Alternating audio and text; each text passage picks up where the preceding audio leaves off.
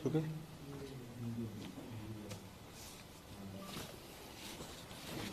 तो आज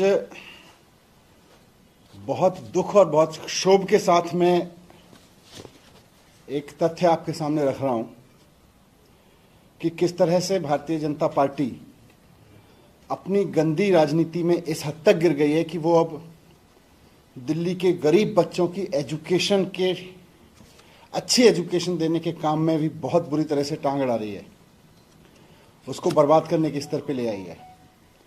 इनकी सरकारें जहां जहां हैं वहां तो इनसे कुछ हो नहीं रहा। भारतीय जनता पार्टी 15-15, 20-20 साल से सरकारों में है कई राज्यों में, वहां तो इनसे कुछ हो नहीं रहा। और दिल्ली सरकार ने करके दिखाया तो अब ये साम दाम दंड भेद सब कुछ अपना के किसी तरह से इस फिराक में लग गए हैं कि दिल्ली के गरीब आदमी को, दिल्ली के आम लोगों को जो सरकारी स्कूल में अच्छी एजुकेशन मिलनी शुरू हुई है, आम आदमी पार्टी की सरकार ने, केजरीवाल जी ने जो करके दिखाया, इसको भी किसी तरह से रोक दिया जाए। दिल्ली में स्कूल की बिल्डिंग्स अच्छी हुई, स्कूल अच्छे दिखने लगे, प्राइवेट स्कूलों जैसे अच्छे स्कूल दिखने लगे। दिल्ली के सरकारी स्कूलों के जो रिजल्ट पहले 80%, 75% रहते थे, वो अब 99.6 तक पहुंच गए, 99.6% तक पहुंच गए। इन सब में टीचर्स की ट्रेनिंग का बहुत बड़ा योगदान रहा है। इसमें सबसे महत्वपूर्ण भूमिका टीचर्स की ट्रेनिंग ने निभाई है। नई एजुकेशन पॉलिसी भी हर जगह, हर पेज पे ये कह रही है कि टीचर्स ट्रेनिंग को इंप्रूव करने की जरूरत है, टीचर्स ट्रेनिंग को इंप्रूव करने की जरूरत है। हमने अपने सारे प्रिंसिपल्स की ट्रेनिंग IIM में करवाई है। देश के सारे अच्छे एजुकेशन इंस्टीट्यूट्स में हम अपने टीचर्स की ट्रेनिंग करवा रहे हैं।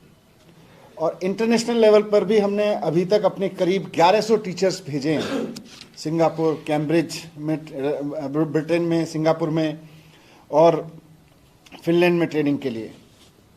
लेकिन अपनी गंदी राजनीति करके भारतीय जनता पार्टी अब इसको भी रुकवाने पे आ गई है। हम सब जानते हैं कि फिनलैंड पूरी दुनिया में एजुकेशन के रिफॉर्म में सबसे नंबर 1 कंट्री माना जाता है। फिनलैंड ने करके दिखाया है कि सरकारी स्कूल दुनिया के सबसे बढ़िया सरकारी स्कूल कैसे बन सकते हैं, वो उन्होंने करके दिखाया है। हम अपने टीचर्स को वहां भी भेज रहे हैं, हम अपने प्रिंसिपल्स को वहां भेज रहे हैं। अब क्योंकि सर्विस डिपार्टमेंट पर ये लोग कब्जा करके बैठे हैं, भारतीय जनता पार्टी के लोग, नाजायज तरीके से, तो इसलिए टीचर ट्रेनिंग की फाइल हमको LG तक भेजनी पड़ती है। दिसंबर में हमको 30 टीचर्स ट्रेनिंग के लिए भेजने थे प्राइमरी के, और अगला बैच हमारा 30 टीचर्स का जाना था मार्च में, अभी 2 महीने बाद। लेकिन दिसंबर के टीचर ट्रेनिंग के बैच की फाइल हमने अक्टूबर में LG साहब के पास भेजी। तो पहले तो LG साहब ने उस पर फाइल को घुमाने के चक्कर में और डिले करने के चक्कर में कि हो ही ना, उस पर लिख के भेजा कि भाई ये जो यूनिवर्सिटी है जिससे आप ट्रेनिंग करा रहे हो फिनलैंड की, इसके पास एक्सपीरियंस है कि नहीं है। यूनिवर्सिटी की एक संस्था वहाँ ट्रेनिंग कराती है, यूनिवर्सिटी की ही अपनी संस्था है, उसके पास टीचर ट्रेनिंग का एक्सपीरियंस है कि नहीं है, और DOPT की गाइडलाइन फॉलो हो रही है कि नहीं हो रही है। अरे 1000 टीचर्स को भेज चुके हैं विदेशों में, DOPT की गाइडलाइन फॉलो करके ही भेज रहे हैं। तो वो फाइल ये कह के वापस भेज दी। जब उसका जवाब दे के वापस भेजा LG साहब के पास, तो अब LG साहब ने लिखा कि इसका कॉस्ट बेनिफिट एनालिसिस करवा लो और देश में देखो कि कहीं देश में भी इतनी क्वालिटी की ट्रेनिंग क्यों नहीं हो सकती है, देश में ही करा लो इसकी, इस तरह की ट्रेनिंग भारत के अंदर ही करा लो।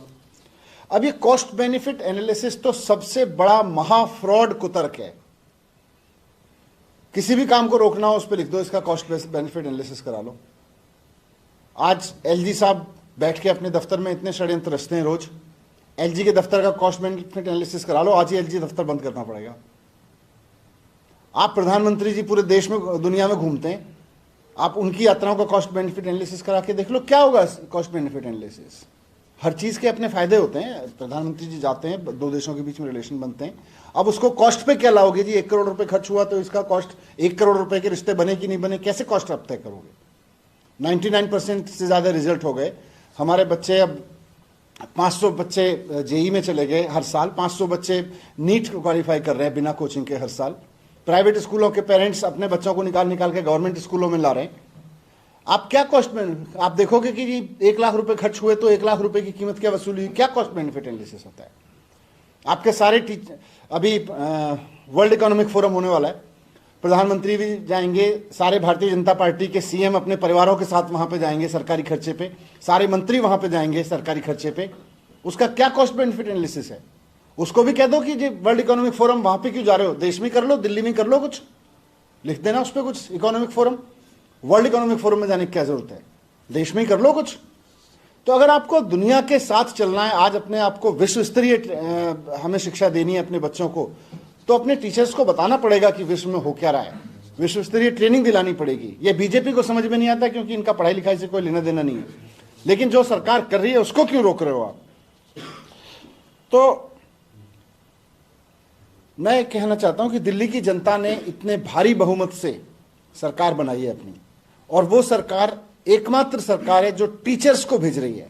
मंत्री घूमते रहते हैं, अफसर घूमते रहते हैं, पहली ऐसी सरकार है देश के इतिहास में जो टीचर्स को विदेशों में दुनिया की सबसे बढ़िया ट्रेनिंग पे भेज रही है। अब भारतीय जनता पार्टी, क्योंकि सर्विस डिपार्टमेंट उसके पास उसने नाजायज कब्जे से कर रखा है, तो उसकी फाइल पे रख के 30 टीचर्स तो दिसंबर में जाने थे, वो नहीं जाने दिए, अब अगले 30 मार्च में जाने, वो भी नहीं जाने देंगे। तो सारे स्कूल बंद ही कर दो ना फिर, अगर अच्छी शिक्षा देनी नहीं है तो मैं आपके माध्यम से एलजी साहब से हाथ जोड़ के विनती करना चाहता हूं कि आप बीजेपी के हर षड्यंत्र में साथ देते हैं, आप बीजेपी का इस षड्यंत्र में साथ मत दीजिए कि दिल्ली की एजुकेशन को बर्बाद करना है। आपने हमेशा एलजी ऑफिस का दुरुपयोग किया है, आपने असंवैधानिक रूप से हर काम में अड़चन अड़ाई है, लेकिन मैं उनसे रिक्वेस्ट करना चाहता हूं कि ये जो काम है शिक्षा का, ये बहुत पवित्र काम है, इसमें मत टांग अड़ाइए, यही मैं कहना चाहता हूं। नहीं भेजेंगे उनके पास फाइल, फिर से भेजेंगे इसको, उनसे रिक्वेस्ट करेंगे कि आपको दिल्ली के गरीब लोगों से क्या दुश्मनी है, आप भी तो दिल्ली के एलजी हैं, दिल्ली के लोगों को अगर अच्छी सरकारी स्कूल में शिक्षा मिल रही है तो आप उसको बर्बाद क्यों करना चाहते हैं? तो अभी लेटेस्ट वाला जो पता नहीं कॉस्ट बेनिफिट वाला अभी लेटेस्ट क्या है, इसके चलते रुका हुआ है मामला? मना एक तरह से मना ही है ना कि आप इसका कॉस्ट बेनिफिट एनालिसिस कराइए और देश में ही देखिए, देश में करा लीजिए। इसमें मैं पढ़ के सुना देता हूं जो एलजी साहब ने लिख के दिया अभी latest. Department must place in record the cost benefit analysis in tangible terms. अब ये टेंजिबल टर्म्स में क्या होता है जी? एक टीचर पे मान लो 1 लाख रुपए खर्च हो रहा है, ट्रेनिंग पे 1.5 लाख रुपए खर्च हो, टेंजिबल टर्म्स में क्या बताओगे जी? 2 लाख रुपए का फायदा हो गया।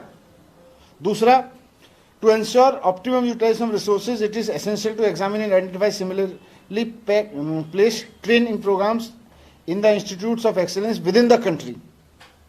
आप देश में ही इंस्टीट्यूट ढूंढ के उसमें ट्रेनिंग करा लीजिए। तो ये तो एक तरह से मना करने वाली बात है ना।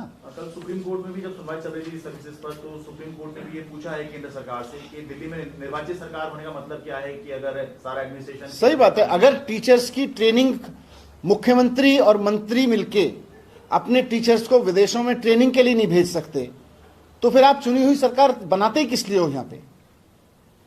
सर, आज मुलाकात भी होनी है मुख्यमंत्री की और उपराज्यपाल की, लगातार जिस तरीके से लेटर वॉर चल रहा है उस बीच ये मुलाकात है, ऐसे में ये मुद्दा और तमाम मुद्दे लगता है कि सुलझ पाएंगे ऐसी मुलाकात?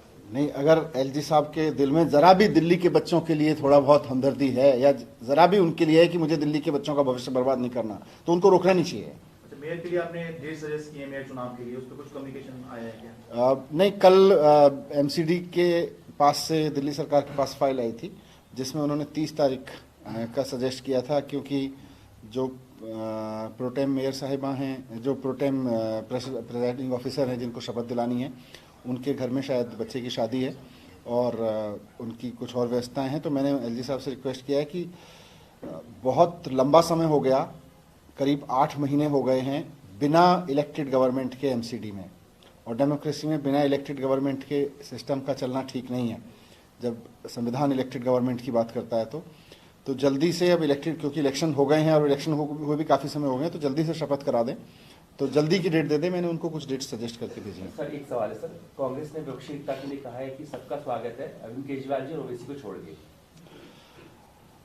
वो विपक्ष को एक करते रहे, हम सोच रहे हैं, हमें लगता है बच्चे पढ़ा ले तो ज़्यादा अच्छा है, देश बड़ा हो जाएगा। Thank you.